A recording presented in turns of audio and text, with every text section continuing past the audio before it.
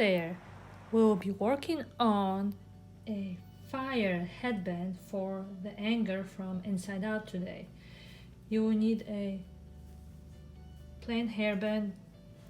I chose black, 12 by 12 inches red felt, scrap yellow felt, orange felt 12 by 12, or in my case I had this leftover from when I was working on my dragon wings last year for Halloween, and that's what I decided to do. We will be hot gluing everything today. I have this love and hate relationship with hot glue.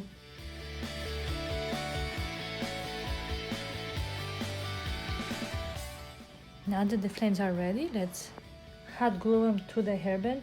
Be very generous with your hot glue. You want them to be nice and stiff. Whew.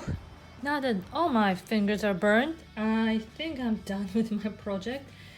As I was arranging my flames, I messed up a little, so then I decided to add one more yellow on the inside